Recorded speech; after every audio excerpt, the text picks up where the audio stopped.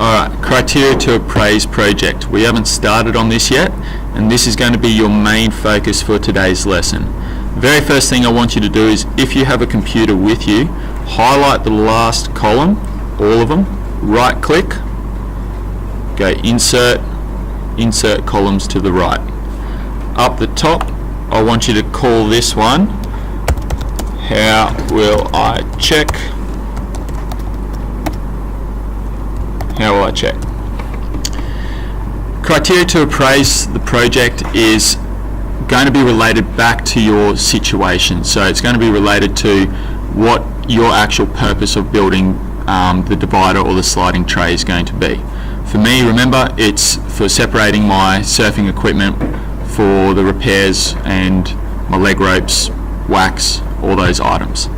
So the function purpose for me, under this column, reasons or importance. So function purpose would be that to separate surfing fins, wax, tools, repair kits for minor damages, and how does this criteria help meet the design brief? It is to, as I've said, separate the surfing fins, wax. So it's separating to make ease for when I need to utilize those items. Level of importance. So for me, I'm not doing it just for the sake of doing it.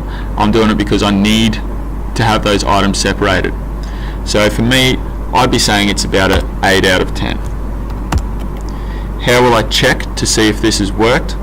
I will be getting myself, and I'll get some mates to come and have a look. I'll put it in the back of my ute, I'll drive around the block a couple of times and see if when I open it up again that it's still separated in the same areas of which it was when I packed it before the day. So I will pack my toolbox with all items, drive around the block, go over a speed bump,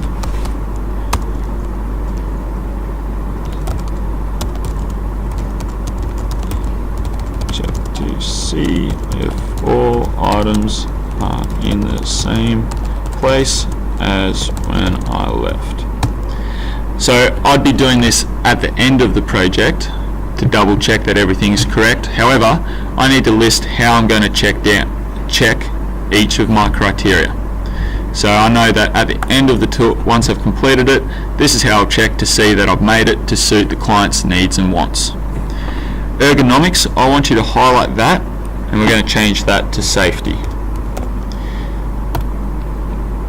Safety, well, we don't want to be cutting, we're working with sheet metal, we don't want to be slicing fingers, hands, or damaging, for me, any of my equipment inside of the toolbox. I don't want it to be scratching the ute as it's in the back of that, ripping up and tearing up the back of my tray.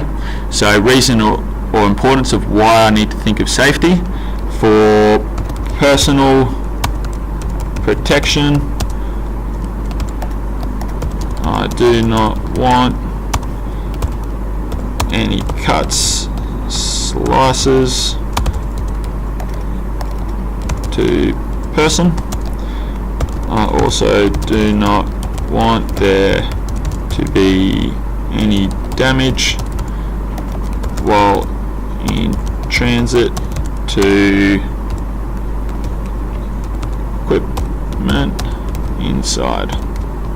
Level of importance would definitely be a 10. How will I check? Once again, by placing items inside and ensuring that they have not been damaged.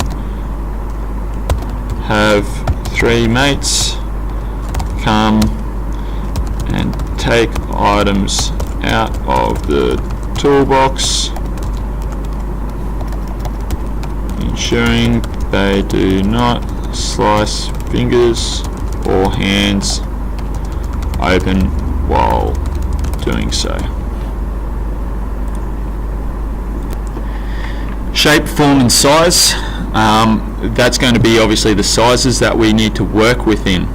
So once again, going down to the bottom where the plans are, checking the sizes that we need to work within. You've got constraints that size needs to be of your project that it has to conform to. Material requirements, whether it's going to rust, whether it's going to be used in the water, near the water. What are your constraints as far as material requirements? Remember, we're doing a sheet metal toolbox, so obviously we cannot be using timber product or acrylic for this part.